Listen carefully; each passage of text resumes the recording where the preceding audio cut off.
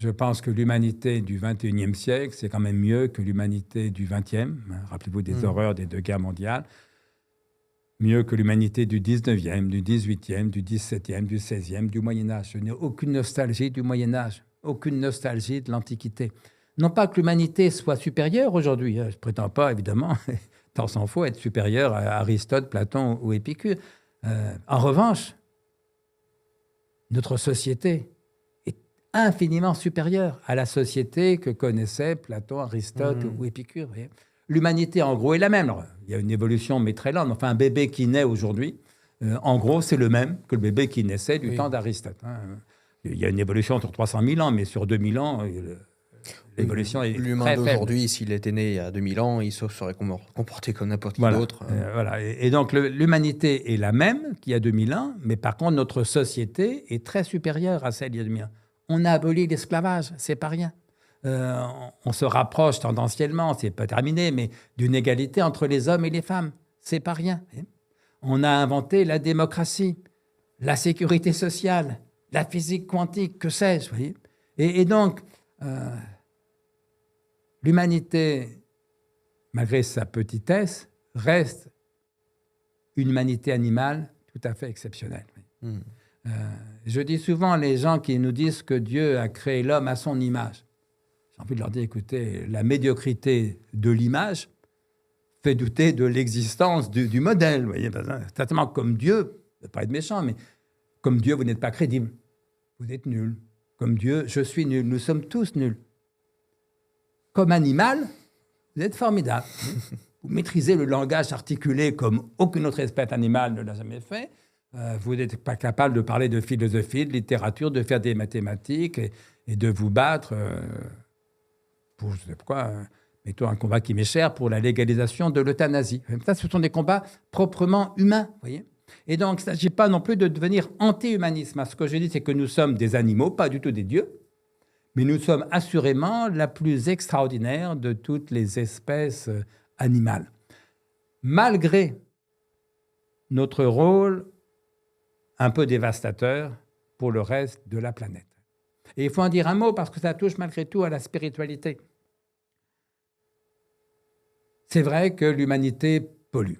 Et d'autant plus que nous sommes plus nombreux, donc à 7 ou 8 milliards d'humains, évidemment, on pollue plus qu'au 19e siècle où il y en avait 1 milliard. Et bien sûr, il y a là un enjeu décisif. Le dérèglement climatique est une menace considérable, la pollution, c'est une menace considérable, l'effondrement de la biodiversité, c'est une catastrophe. Donc, il faut prendre ces problèmes à bras-le-corps, oui. Et donc, je suis écologiste, comme tout le monde, si j'ose dire. Ce qui me gêne, non pas dans l'écologie, mais dans certains discours écologistes, c'est une façon de diaboliser l'humanité, comme si nous étions vraiment la pire des espèces. Un peu comme c'est retenu par le titre d'un livre que j'avais lu il y a quelques années. Je n'ai pas retenu le nom de l'auteur, mais le titre du livre disait l'essentiel. Le titre, c'était « L'humanité disparaîtra, bon débarras ». On dit l'humanité serait l'espèce prédatrice, criminelle. Si on pouvait disparaître de la Terre, comme si on ça était serait mieux. Des parasites. Je n'en crois évidemment rien. Moi, ma thèse est à l'inverse. C'est que nous sommes punis par où nous n'avons pas péché. Parce qu'au fond, dans la Bible, à tes fidèles, il était écrit « croissez et multipliez-vous ». On s'est accru, on s'est multiplié, patatras, on est puni. Mais oui, c'est quand même pas nous reprocher de faire des enfants. Alors certains me disent, oui, mais c'est qu'on a fait beaucoup trop. Mais non, on n'en a jamais fait aussi peu. Dans la plupart des pays développés, on est en dessous de 2,1 enfants par femme, c'est-à-dire en dessous du seuil de stabilité démographique. On a calculé qu'au rythme actuel, le dernier Japonais mourrait dans 700 ans, tellement leur taux de natalité est bas. Alors comment se fait-il qu'il y ait surpopulation? Parce que je pense en effet que 7 milliards, c'est beaucoup, et même à certains égards, c'est trop. Alors qu'on n'a jamais fait aussi peu d'enfants. Mais pour une raison très simple, nos bébés ne meurent plus en bas âge. Mais on ne va quand même pas se le reprocher. C'est un formidable progrès. On a réussi à faire que la mortalité infantile ait considérablement reculé. Bien loin qu'on doive nous le reprocher, il faudrait au contraire nous en féliciter. Et puis, il y a la démographie, puis il y a aussi le niveau de vie. C'est vrai qu'on vit mieux aujourd'hui qu'il y a 200 ans, et donc on pollue davantage. C'est bien triste pour la pollution, mais enfin, On ne va pas reprocher à l'humanité d'avoir essayé de génération en génération de faire en sorte que chaque génération vive, si possible, un peu mieux que la génération précédente.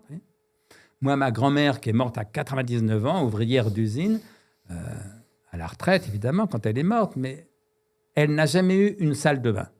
Elle était à sa toilette, dans sa cuisine, comme beaucoup de gens, traditionnellement. J'ai 3 fils qui sont des quadragénaires. Ils ont chacun une salle de bain, évidemment. Je ne peux pas me dire quelle horreur, quelle pollution, mes 3 fils ont une salle de bain. Ils auraient dû faire comme ma grand-mère qui n'avait pas, bien sûr que non. C'est ce qu'on appelle le progrès. Et au fond, que chaque génération essaye de faire en sorte que ses enfants vivent mieux que nous l'avons vécu nous-mêmes, c'est au contraire ce qu'il y a de plus estimable dans l'humanité.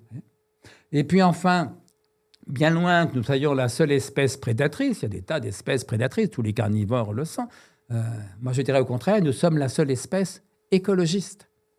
Nous sommes la seule espèce qui se soucie des droits des autres espèces. Par exemple, on se soucie, on a bien raison, de protéger les éléphants et les baleines, qui sont 2 espèces fragilisées, éventuellement en voie de disparition. On a raison, bien sûr, d'agir pour les protéger. Enfin, imaginez que l'humanité devienne une espèce en voie de disparition. Je vous jure bien que les baleines et les éléphants ne lèveront pas le plus petit bout de nageoire, de queue ou de trompe pour nous protéger. Voyez ? Donc, vous voyez, nous sommes punis par où nous n'avons pas péché. Alors, nous sommes punis, oui, c'est vrai que le dérèglement climatique, l'effondrement de la biodiversité, c'est des catastrophes contre lesquelles il faut agir d'urgence. J'en suis d'accord.